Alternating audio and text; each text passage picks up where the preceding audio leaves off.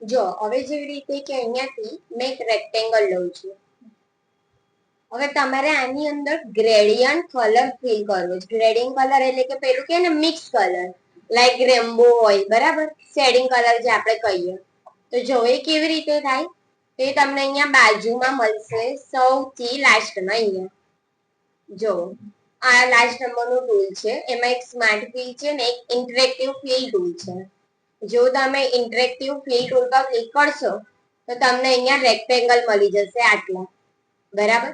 એમાં જે પહેલા નંબરનું બ્લેક કલરનું રેક્ટેંગલ દેખાય છે એ સિમ્પલ કલર ફિલ કરવા, જે આપણે અહીંયાથી પણ કરીએ છીએ. સેકન્ડ નંબરના ટૂલ પર ક્લિક કરશો ને એની અંદર તમને ગ્રેડિયન્ટ કલર મળશે, જો આવી રીતે. થર્ડ નંબરમાં કેવું છે, બધી પેટર્ન્સ આપેલી છે આવી.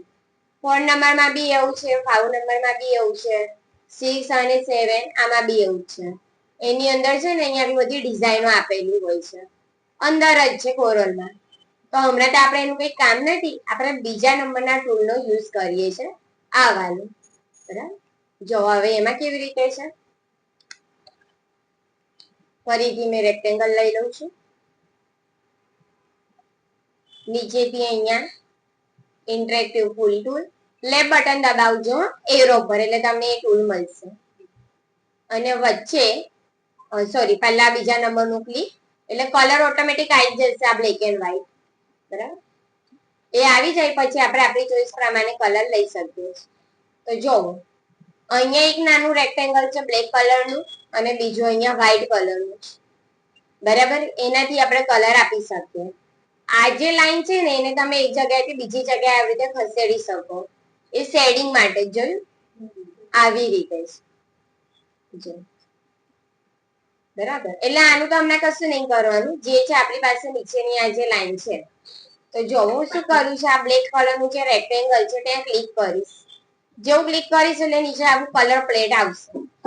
એની અંદર આ બ્લેક કલર જે દેખાય ને ત્યાં એરો પર ક્લિક કરવાનું, એમાં તમને કલર પ્લેટ મળશે.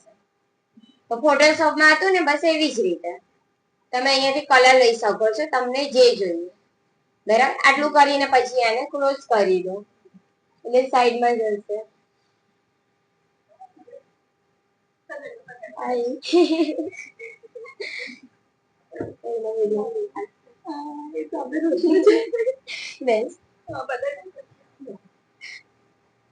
તો બીજા નંબરનું જે વ્હાઈટ કલરનું આ બોક્સ છે, હવે એના પર તમે ક્લિક કરશો એટલે ફરી કલર પ્લેટ આવશે. તો એના એરો પર ક્લિક કરો એટલે કલર આવી જશે.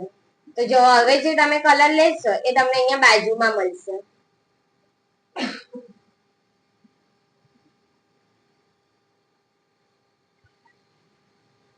જો તો આવી રીતે તમે શેડિંગ કલર બનાવી શકો છો, બરાબર. હવે આટલું કર્યા પછી હજી પણ આપણી પાસે બીજો ઓપ્શન છે. જો મને એવું થયું કે મને હજી વચ્ચે કોઈ શેડિંગ કલર જો બતાવું છે, આ બે કલર થયા, હજી બી કલર જોઈએ છે. તો આ જે લાઈન છે ને એ લાઈનમાં ગમે ત્યાં એરો લઈ જાઓ, આવી રીતે ભલે 4 એરો આવે છે, ખાલી માઉસથી ક્લિક કરો 2 વખત. ક્લિક કરશો ને 2 વખત ફરીથી ત્યાં રેક્ટેંગલ ઓટોમેટિક આવી જશે. એના પર ક્લિક કરો, ફરી નીચે કલર પ્લેટ આવશે, ફરીથી તમે કલર આપી શકો. જો આવી રીતે તમને કલર મળશે. જો જેટલા જોઈએ, ખાલી એ લાઈનની ઉપર માઉસ લઈ જાઓ, 2 વખત ટેપ કરો, નીચે કલર પ્લેટ આવે અને કલર લઈ લો. જો એટલે આવી રીતે તમે ગ્રેડિયન્ટ કલર બનાવી શકો છો, બરાબર. હવે આ જે છે એ તમારા પર જો છે ને તમારા અકોર્ડિંગ તમે ગોઠવી શકો છો. આ લાઈનને પણ તમે આવી રીતે કરી શકો, જો ઓટોમેટિક ગોઠવાશે, બરાબર. આવું છે. અને અહીંયા બી આ બધા ઓપ્શન આપેલા જ જોવો. આ તમારે તમારી રીતે સેટ કરવું હોય ને અહીંયા આ તો ખાલી મચાડવાનું જેવું સમજો, એનું કોઈ ફિક્સ નથી. ક્લિક કરશો એટલે તમને ખબર પડશે કે શું થઈ રહ્યું છે. તમને સેટ કરવું હોય ને ઉપર નીચે કઈ શેડિંગ તો તમે કરી શકો. અને આ જે લાઈન છે ને રેક્ટેંગલ વાળી, જોવો આને તમે જેટલું નજીક રાખશો ને, જોવો આ રીતે જ, અને દૂર લઈ જશો તો આ રીતે. તમે એને બહાર બી લઈ જશો તો કઈ વાંધો નથી. જો તમારો અંદર કલર આ રીતે ગોઠવાશે. બરાબર. આ ગ્રેડિયન્ટ કલરનો આ રીતે યુઝ થાય છે. તો જો એ તમને ક્યારે યુઝ થાય કે તમે કંઈક બનાવો છો ડિઝાઇન લાઈક ટેમ્પલેટ વગેરે, ત્યારે તમને કામ લાગે. તો આજે મેં તમને બતાડ્યું ને ઇન્ટરેક્ટિવ ફિલ ટૂલ, એવી જ રીતે નીચેનું ટૂલ છે સ્માર્ટ ટૂલ.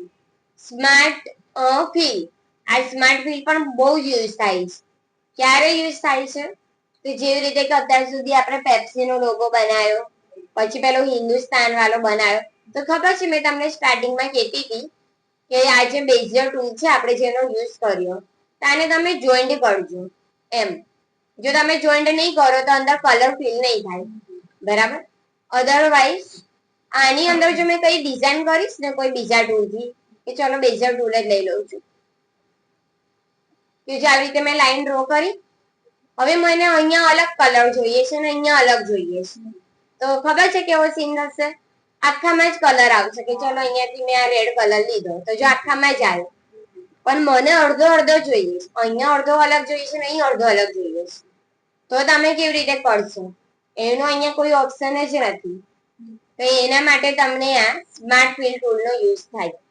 આ જે સ્માર્ટ ફિલ છે ને એના પર ક્લિક કરવાનું. તમને અહીંયા કલર અલગ જોઈએ છે, બરાબર, તો પહેલા અહીંયા ક્લિક કરો, આવી રીતે એક ગ્રે કલર જેવું ફિલ થઈ જશે, બરાબર. તો આને જ્યારે ક્લિક કરો ને પછી તમારા કલર પર ક્લિક કરો, જોવો, જોયું આવું છે. જો ફરીથી મેં સ્માર્ટ ફિલ પર ક્લિક કર્યું, જો મેં અહીંયા ક્લિક કરું છું એટલા ભાગમાં ફિલ થયું. અહીંયાથી મેં કોઈ બી કલર લઈ લઉં છું, તો જો આ કલર, તો તમે અલગ અલગ કલર આપી શકશો. ગ્રેડિયન્ટ કલર બી અપાશે. અહીંયાથી ખાલી તમારે પહેલા શું કરવાનું, આ સ્માર્ટ ફિલ લઈ લેવાનું. જો તો અહીંયા મેં આવી રીતે ડિઝાઇન કરી લઉં, જાટલું કર્યું, પછી બીજી મેં અહીંયાથી કરું, બરાબર. મારે અહીંયા બધામાં અલગ અલગ કલર જોઈએ છે, પણ હવે મારે ગ્રેડિયન્ટ કલર જોઈએ છે. તો સૌથી પહેલા તમારે અહીંયાથી આ સ્માર્ટ ફિલ લઈ લેવાનું, પછી ક્લિક કરવાનું. ક્લિક કર્યા પછી સ્માર્ટ ફિલ ના ઉપરનું ઇન્ટરેક્ટિવ ફિલ ટૂલ પર ક્લિક કરો, ગ્રેડિયન્ટ વાળા ઓપ્શન પર ક્લિક કરો, તમને એક જ ભાગમાં કલર નો ઓપ્શન મળી જશે, બરાબર. જો આ રીતે તમને જે કલર જોઈએ, જો એટલે જ્યાં એ ફિલ કરેલું હશે ને એટલા ભાગમાં તમારી ચોઈસ પ્રમાણે તમે કોઈ બી કલર આપી શકો છો, તમને જે પણ જોઈએ, બરાબર. ખાલી એ ટૂલ નો યુઝ આ રીતે કરવાનો છે. પહેલા અહીંયાથી સ્માર્ટ ફિલ ક્લિક કરી દો, જે કલર જોઈએ કલર લઈ લો, બરાબર. જો એટલે એની ઉપર કલર આવી જાય. હું પિક ટૂલ પર ક્લિક કરીશ અને આ ટૂલ ને હટાઈશ, તો જો આખું હટી જશે. એ શું કરે છે, એનો આખો ભાગ અંદર અલગ બનાવી દે છે, એટલે તમે આને બી ખસેડી શકો છો, બરાબર. આખું બોક્સ બની જાય છે એનું, જો છે ને આવું છે. એટલે આવી રીતે તમને જ્યારે બી લાગે કે કોઈ ભાગમાં કલર આપવો છે તો આ રીતે તમે આપી શકો છો. તો તમારે શું કરવાનું છે, આ ખાલી એક ટ્રાય કરવા આવ્યું છે. આવી રીતે હું લઈ લઉં છું એક સિમ્પલી રેક્ટેંગલ, સિમ્પલ એક ટેમ્પલેટ બનાવવા આપું છું, જે તમે ફોટોશોપમાં બનાવી દીધું છે, બરાબર. એકદમ સિમ્પલ, આપણે બહુ બીજા બધા ટૂલ્સમાં નહીં જતા. મેં રેક્ટેંગલ લીધું, રેક્ટેંગલ લઈને અહીંયાથી મેં આ બેઝર ટૂલ લઈ લઉં છું. અધરવાઇઝ તમે પેન ટૂલ નો બી યુઝ કરી શકો છો. મારે ખાલી અહીંયા એક સીધી લાઈન લેવી છે, બરાબર. તો જો આ પેન ટૂલ અહીંયાથી લઈને અહીં સુધીનું હું ક્લિક કરીશ. હવે પેન ટૂલ તો આપણી પાસે કન્ટિન્યુ આવે છે, એટલે અહીંયા ખાલી 2 વખત ક્લિક કરી દેશો એટલે પેન ટૂલ બંધ થઈ જશે, બરાબર. જો જ્યારે બી તમારું ડ્રોઈંગ બંધ થઈ જાય એટલે કે કામ બંધ થઈ ગયું, તો 2 વખત અહીંયા પોઈન્ટ પર ક્લિક કરો એટલે ત્યાં બંધ થઈ જશે. આટલું કરીને મેં આને એક શેપ આપું છું, જે અત્યાર સુધી આપણે શીખ્યા. શેપ ટૂલ પર ક્લિક કરો, આ લાઈનના સેન્ટર પર ક્લિક કરો, પોઈન્ટ આવી જશે. પોઈન્ટ આવે એટલે કન્વર્ટ ટુ કર્વ.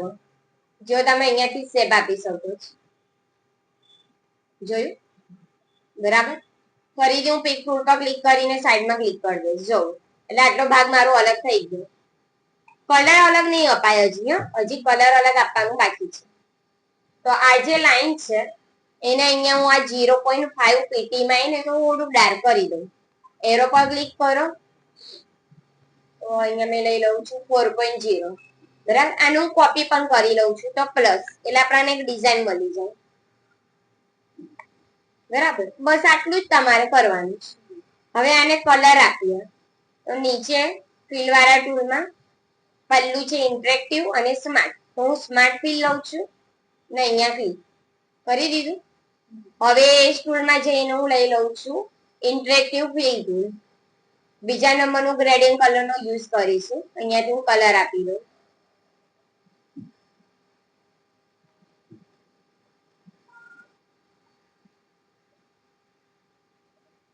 અને અહીંયા બી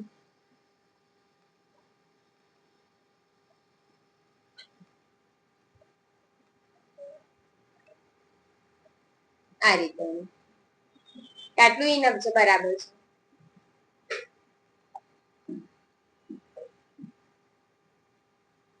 હવે નીચેનું ઓલમોસ્ટ સેમ. નીચે અહીંયા ક્લિક કરો કે ના કરો કઈ વાંધો જ નથી. આપણી પાસે અહીંયા ઓપ્શન છે જ. અહીંયા આવી જાઓ, સ્માર્ટ ફિલ પર ક્લિક કરો, આટલા ભાગમાં ક્લિક કરો, કલર નો ઓપ્શન ઓટોમેટિક મળશે. બરાબર, ફરીથી હું જતી રહું છું અહીંયા ગ્રેડિયન્ટ વાળા ઓપ્શનમાં. થઈ ગયું. તમને જે કલર જોઈએ અહીંયાથી લઈ લો.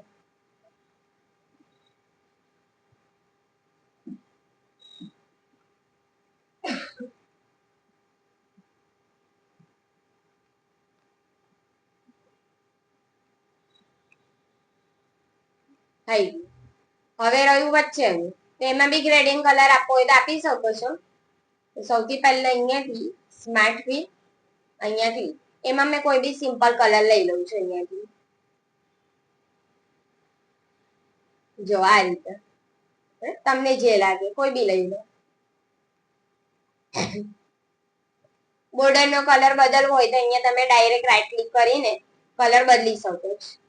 ઓપ્શનો છે જ્યાં તો તમે કરી લેશો. જો અને ના જોઈએ તો જે મેઇન કલર લીધો છે એના પર જ રાઈટ ક્લિક કરો, એટલે લાગે જ નહીં કે બોર્ડર છે. બરાબર, બસ આટલું જ કરીને તમારે ટેક્સ્ટ ટૂલ નો યુઝ કરીને અંદર લખી દેવાનું છે બધું. ક્લિક કરો, અહીંયા ક્લિક કરો જ્યાં તમને લખવું હોય. એ જેવી રીતે મેં લખું છું ગીતા કોમ્પ્યુટર એજ્યુકેશન. પછી પિક ટૂલ પર ક્લિક.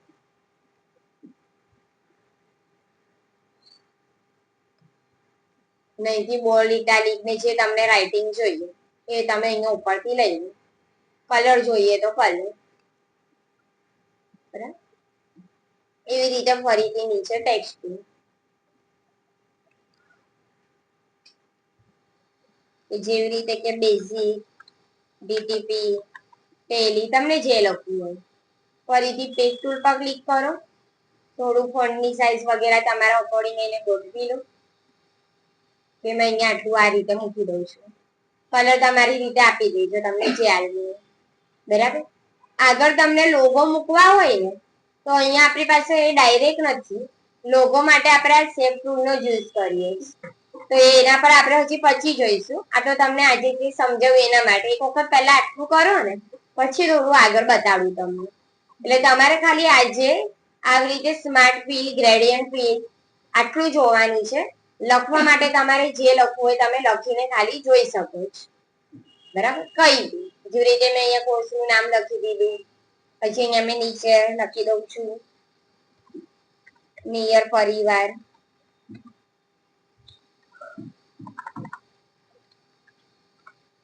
સર્કલ વડોદરા, આવું કઈ દઉં. મેટર તમને જે લખ્યું લખજો. એટલે મેં તમને કીધું કે આ ફોટોશોપ જેવું છે.